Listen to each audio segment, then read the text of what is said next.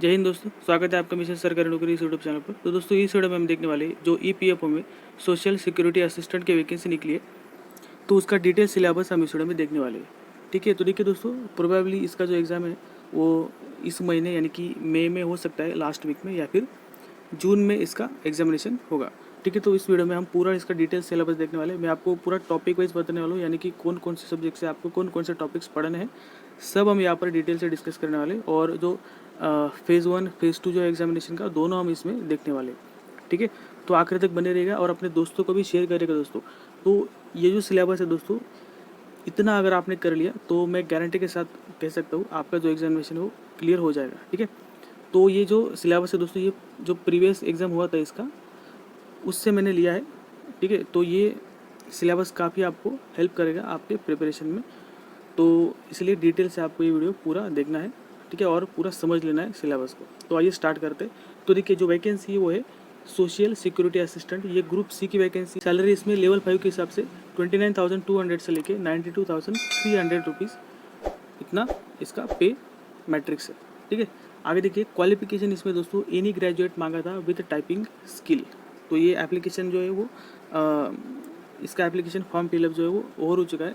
तो देखिए, online application जो है वो 27 मार्च से 26 अप्रैल तक चला था, तो अभी ये ख़त्म हो चुका है। ठीक है, तो एज लिमिट इसमें देखिए 18 से 27 साल रखा गया था। और टोटल जो वैकेंसी थी वो 2,674 वैकेंसी यहाँ पर आई थी, यानी कि 2,674। तो इतनी यहाँ पर वैकेंसी टोटल आई थी। ठीक है, और ये रीजन वाइज वैकेंसी थी। तो आगे देख लेते, देखिए सिलेक्शन प्रोसेस। तो सिलेक्शन दोस्तों यहाँ पर देखिए 2 फेज़ में होने वाला है। तो सबसे पहले होगा फेज़ 1 और उसके बाद में फिर होगा फेज़ 2।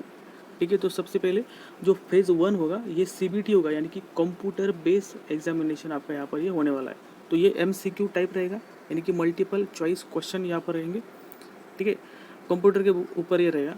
तो देखिए, इसमें नंबर ऑफ टेस्ट कितने हैं, टोटल 5 टेस्ट यहाँ पर होने वाले हैं, एमसीक्यू टाइप जो सीबीटी एग्जामिनेशन होगा उसमें।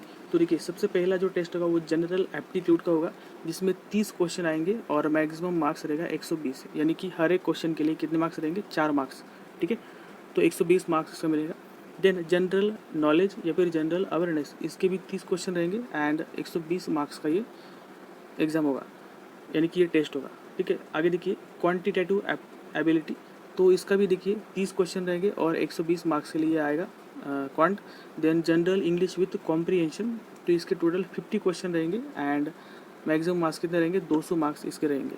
ठीक है, एंड कंप्यूटर लिटरेसी, इसमें देखिए 10 क्वेश्चन आएंगे और 40 मार्क्स इसके रहेंगे। तो टोटल इस प्रकार से दोस्तों 150 क्वेश्चन आएंगे और 150 क्वेश्चन में जो मार्क्स रहेंगे वो 600 यानी कि 600 मार्क्स रहेंगे। तो 600 मार्क्स के आपका जो मेरिट है वो बनेगा फाइनल मेरिट।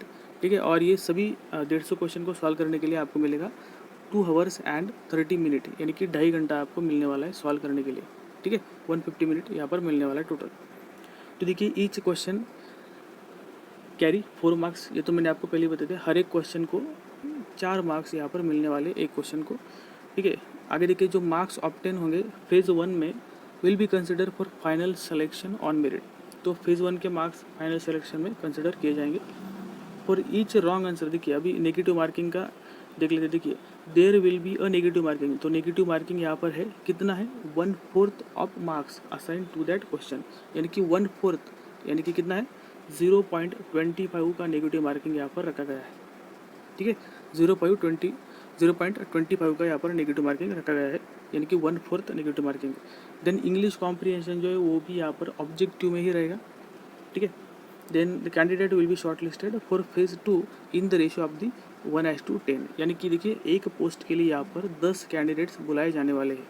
ठीक है, इस प्रकार से यहाँ पर सिलेक्शन होगा। तो टोटल जो पोस्ट थी दोस्तों कितने हैं, टोटल यहाँ पर 2,674 पोस्ट है। तो इसका 10 टाइम यानी कि कितना होगा, ये 26,740। ठीक है, तो 26,740 कैंडिडेट्स को यहाँ पर बुलाया जाएगा, जो फेज़ 2 होगा, टाइपिंग टेस्ट होगा उसके लिए। ठीक है, तो इस प्रकार से ये पूरा इसका फेज़ 1 का हमने यहाँ पर देखा एग्जामिनेशन पैटर्न। अभी फेज़ 2 का देख लेते। तो जो लोग फेज़ 1 को क्वालिफाई करेंगे उसका कुछ मेरिट रहेगा, तो उस मेरिट के बेस पे फिर फेज़ 2 में आप जाएंगे। ठीक है, तो देखिए फेज़ 2 जो रहेगा दोस्तों वो टाइपिंग टेस्ट रहेगा कंप्यूटर के ऊपर, इसको कंप्यूटर डाटा एंट्री टेस्ट यहाँ पर बोला गया है। तो candidate will require to appear for skill test to assess speed and accuracy for data entry work. तो आपका यहाँ पर स्पीड एंड एक्यूरेसी जो है डेटा एंट्री का वो आपका चेक किया जाएगा इस टाइपिंग टेस्ट में। तो देखिए टाइपिंग का स्पीड कितना होने वाला है, 35 वर्ड पर मिनट आपका स्पीड रहेगा अगर आप इंग्लिश में टाइपिंग कर रहे हो तो, और अगर आप हिंदी में टाइपिंग कर रहे हो तो आपका 30 वर्ड पर मिनट टाइपिंग का स्पीड रहना चाहिए, और ये कंप्यूटर के ऊपर होगा टाइपिंग, ठीक है। तो आइदर हिंदी में करो या फिर इंग्लिश में करो, दोनों में से कोई भी एक लैंग्वेज आपको टाइपिंग के लिए टाइपिंग करना है, दोनों में से कोई भी एक लैंग्वेज में, ठीक है। और जो कंप्यूटर स्किल टेस्ट है दोस्तों ये सिर्फ क्वालिफाइंग नेचर है, तो इसका सिलेक्शन में कोई भी रोल नहीं होने वाला। तो सिलेक्शन जो है आपका वो पूरा का पूरा CBT के मार्क्स के ऊपर ही डिपेंड करेगा, ठीक है। और जो कट ऑफ रहेगा दोस्तों अप्लाइड इन 2 स्टेज। तो देखिए on score in individual test, यानी कि 2 प्रकार का कट ऑफ यहाँ पर रहेगा। तो इंडिविजुअल टेस्ट में भी कट ऑफ रहेगा एंड ऑन टोटल स्कोर में भी कट ऑफ रहेगा। तो देखिए यहाँ पर जो ये दिया है, मैंने आपको बताया था कि ये जो है ये नंबर ऑफ टेस्ट है। तो देखिए ये 1 टेस्ट 2 3 4 5, तो ये टोटल 5 टेस्ट है यहाँ पर, ठीक है। ये देखिए नेम ऑफ द टेस्ट। तो ये जनरल एप्टीट्यूड का अलग टेस्ट है, ये GK का अलग टेस्ट है, इंग्लिश का अलग टेस्ट है। इस प्रकार से ये टोटल 5 टेस्ट है। तो ये पाँचों का अलग अलग मेरिट रहेगा, ठीक है।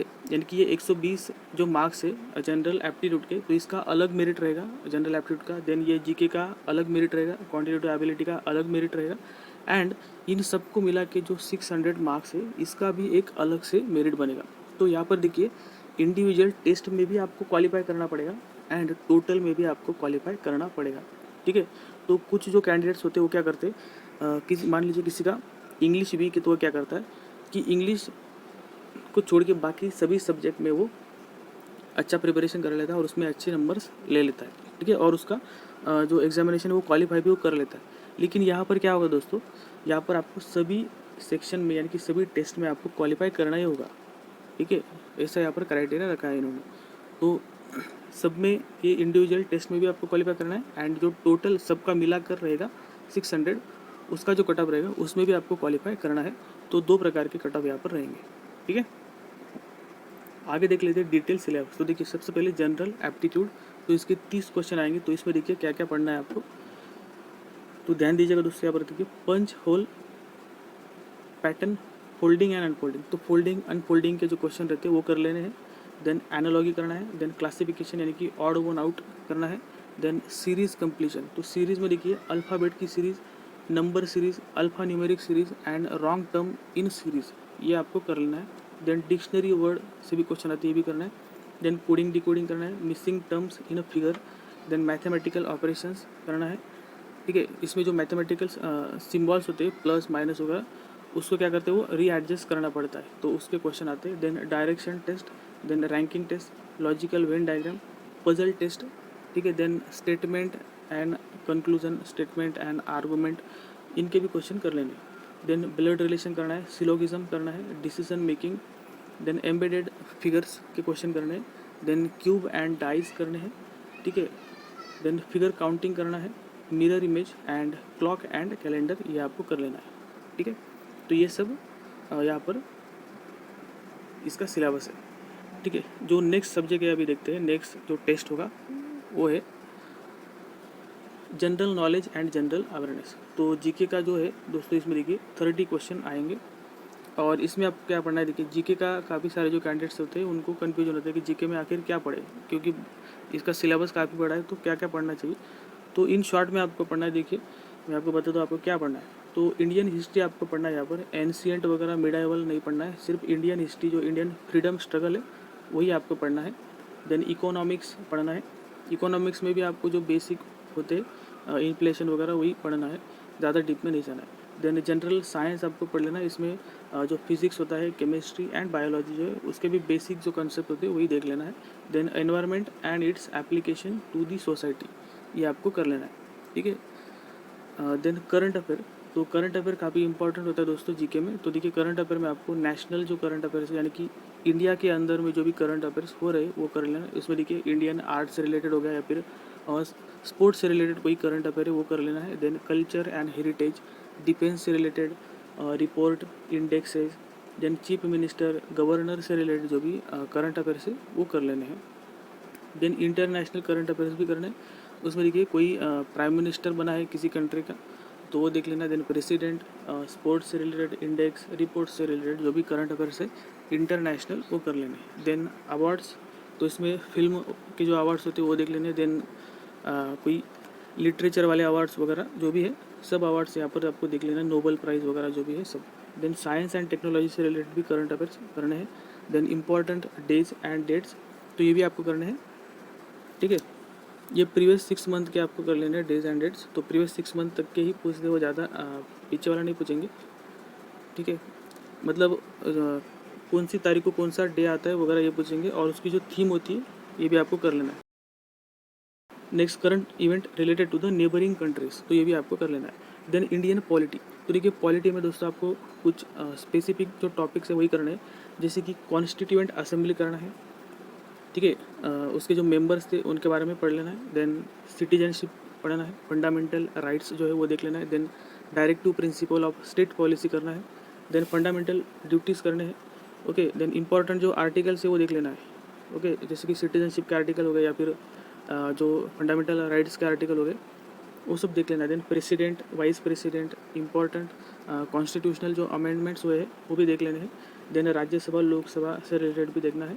And Supreme Court, Chief Justice of India, then high court and जो पब्लिक सर्विस कमीशन होते हैं जैसे कि यूपीएससी एंड स्टेट पीएससी, तो ये भी आपको देख लेना है, ठीक है। तो उनके जो मेंबर्स होते हैं, कितने मेंबर्स होते हैं, उनका एज लिमिट कितने तक होता है, यानी कि रिटायरमेंट की एज क्या होती है वगैरह जो है, उनका अपॉइंटमेंट कौन करता है, तो ये आपको देख लेना है, ठीक है। आगे देखिए ज्योग्राफी, तो ज्योग्राफी में आपको नेशनल पार्क्स करने हैं, यानी कि कौन सा नेशनल पार्क कौन से स्टेट में है, उसका क्या स्पेशलिटी है। Then rivers in India, then India with neighbouring countries, ठीक है। देन सोलर सिस्टम करना है। देन कोस्टल जो लाइन्स है वो कर लेने हैं। एंड यूनेस्को जो साइट्स है इंडिया में वो देख लेने हैं। Then United Nation and its organisation with its headquarter, तो जो भी यूनाइटेड नेशन के ऑर्गेनाइजेशन है जैसे कि WHO हो गया, ठीक है, WTO हो गया, देन यूनेस्को हो गया, तो इस प्रकार से जो भी है उसका हेडक्वार्टर कहाँ पे वो आपको देख लेना है। और उसके जो चेयरमैन है अगर वो न्यूज़ में है तो उनका भी आपको नाम पता कर लेना है। Then Indian PSU and companies chairman, ठीक है। तो जो भी PSU है इंडिया के जो पब्लिक सेक्टर यूनिट्स है उनके चेयरमैन कौन है ये आपको देख लेना है, ठीक है। तो ये हो गया GK का सिलेबस। आगे देखते हैं क्वांटिटेटिव एबिलिटी, तो इसमें भी 30 क्वेश्चन आने वाले हैं। तो देखिए सबसे पहले इसमें आपको क्या करना है, नंबर सिस्टम करना है, इसमें unit digit divisibility rule and factors करने हैं। देन सिंप्लीफिकेशन, इसमें आपको V बॉड मास रूल जो होता है वो करना है। Then approximation, then LCM and SCF करना है, सिंपल एंड डेसिमल फ्रैक्शन करना है। Then ratio and proportion, age related problems यहाँ पर करने होंगे। Then mixture and alligation, percentage करना है, प्रॉफिट एंड लॉस करना है, एवरेज करना है, सिंपल एंड कंपाउंड इंटरेस्ट करना है, टाइम एंड वर्क, ठीक है। देन पाइप एंड सिस्टम भी करना है। Then time, speed, distance and train के ऊपर के जो प्रॉब्लम होते हैं वो कर लेना है। देन बोट एंड स्टीम करना है। देन मेंसुरेशन, तो मेंसुरेशन में जो है वो आपको square, circle, rectangle, triangle, rhombus, cube, sphere, cylinder and cone वाले जो प्रॉब्लम होते हैं वो करने हैं। देन DI भी करना है दोस्तों यहाँ पर, क्योंकि जो IBPS है वो एग्जाम कंडक्ट करता है इसका, तो DI भी आ सकता है, इसलिए DI आपको कर लेना है। एंड नंबर सीरीज करना है, ठीक है। नेक्स्ट जो टेस्ट है दोस्तों वो है जनरल इंग्लिश विथ कॉम्प्रिहेंशन। तो देखिए जनरल इंग्लिश में 50 क्वेश्चन आने वाले हैं, ठीक है, और 200 मार्क्स के लिए आएगा, तो अच्छे खासे मार्क्स है इसको, अच्छे खासे क्वेश्चन है। तो देखते हैं इसमें क्या करना है। सबसे पहले साइनोनिम्स एंड एंटोनिम्स जो है वो कर लेना है। देन इडम्स एंड फ्रेजेस करने हैं। देन कॉम्प्रिहेंशन पैसेज इसमें आएगा, ठीक है। तो पैसेज के ऊपर के क्वेश्चन वहाँ पर आएंगे MCQ टाइप में, तो वो भी आपको कर लेना है, यानी कि पैसेज का आपको प्रैक्टिस करना है, ठीक है। देन सेंटेंस रीअरेंजमेंट करना होगा। देन वर्ब, एडवर्ब करना है। देन सब्जेक्ट वर्ब एग्रीमेंट जो है ये करना है, इसके ऊपर के क्वेश्चन बनते हैं, ठीक है। देन आर्टिकल्स करने हैं, ग्रामर से रिलेटेड जो भी पोर्शन है वो सब कर लेना है। देन एरर करेक्शन करना है, ठीक है, फिल इन द ब्लैंक करना होगा। देन टेंस आपको यहाँ पर करने हैं। देन वोकैबुलरी करना होगा, स्पेलिंग जो है स्पेलिंग करेक्शन जो ये भी करना है, या फिर डिटेक्टिंग मिसस्पेल्ड वर्ड जो होता है ये करना है। Then one word substitution, cloze test होता है। Then shuffling of sentence part होता है। And conversion into direct indirect narration, तो ये आपको करना है इसमें, ठीक है। और जो आखिरी का सब्जेक्ट है कंप्यूटर लिटरेसी, तो इसके 10 क्वेश्चन आएंगे, यानी कि 40 मार्क्स के लिए आएगा। तो एकदम इजी सब्जेक्ट है दोस्तों, इसको आपको हाथ से नहीं जाने देना, ये इजी सब्जेक्ट है इसमें, ठीक है। कंप्यूटर लिटरेसी, तो इसमें देखिए बेसिक जो कंप्यूटर है वो कर लेना है, देन ऑर्गेनाइजेशन ऑफ कंप्यूटर ये करना है, देन सेंट्रल प्रोसेसिंग यूनिट ये करना है, देन इनपुट एंड आउटपुट जो डिवाइस होते हैं वो करना है। जैसे कि देखिए माउस हो गया, तो माउस क्या है, इनपुट डिवाइस है, ठीक है। आगे देखिए प्रिंटर, तो प्रिंटर जो होता है ये दोस्तों ये क्या होता है, आउटपुट डिवाइस होता है, ठीक है। माउस हो गया, कीबोर्ड हो गया, ये इनपुट वाली डिवाइस है, और प्रिंटर हो गया तो ये आउटपुट वाला डिवाइस है, ठीक है। इस प्रकार से इनपुट एंड आउटपुट डिवाइस जो कर लेने हैं, डायरेक्ट क्वेश्चन आएंगे एग्जाम में, ये ध्यान रखिएगा, इसलिए ये आपको कर लेना है। देन मेमोरी ऑर्गेनाइजेशन, यानी कि जो मेमोरी होती है, रैम होती है, random access memory, then ROM होती है, ये भी आपको कर लेना है, ठीक है। देन कंप्यूटर की मेमोरी होगी, देन कीबोर्ड शॉर्टकट्स जो होते हैं वो भी आपको देख लेने हैं, देन बैकअप डिवाइसेज जो ये भी आपको देख लेने हैं, देन विंडोज़ एक्सप्लोरर देखना है, then Windows operating system including basic of Microsoft Office like MS Word करना है, MS Excel and PowerPoint से रिलेटेड आपको नॉलेज ले लेना है, ठीक है। Then working with the internet and emails, ठीक है। तो ईमेल्स में जो CC होता है या फिर BCC होता है, तो इसका क्या मीनिंग होता है वो भी आपको देख लेना है इसमें, तो ये सब पूछा जाएगा। फिर www जो है उसका मीनिंग क्या होता है, या फिर उसकी जो किसने इन्वेंट किया था वगैरह, ये आपको देख लेना है। Then web browsing and searching, downloading and uploading, then managing and email account ये भी देखना है। देन बैंकिंग जो है ये देख लेना है। Then basic of networking and cyber security, ठीक है। तो नेटवर्किंग में देखिए लैन होता है, जो लोकल एरिया नेटवर्क वगैरह जो होते हैं, इस प्रकार से आपको देख लेना है सभी नेटवर्क, ठीक है। Networking device and protocols, then network and information security threats like जो हैकिंग्स, वायरस, वर्म्स एंड जो प्रिवेंटिव मेजर्स है ये भी आपको इसमें कर लेने हैं, ठीक है। तो इतना ये पूरा सिलेबस है दोस्तों, आई होप आपको पूरा समझ में आ गया होगा। तो ये पूरा आपको क्या कर लेना है, नोट डाउन कर लेना है और इसका आपको प्रिपरेशन चालू कर देना है, ठीक है। तो कुछ भी अगर डाउट होगा तो कमेंट सेक्शन में आप कमेंट कर सकते हैं। तो इस वीडियो में इतना ही, मिलते हैं नेक्स्ट वीडियो में, तब तक के लिए धन्यवाद।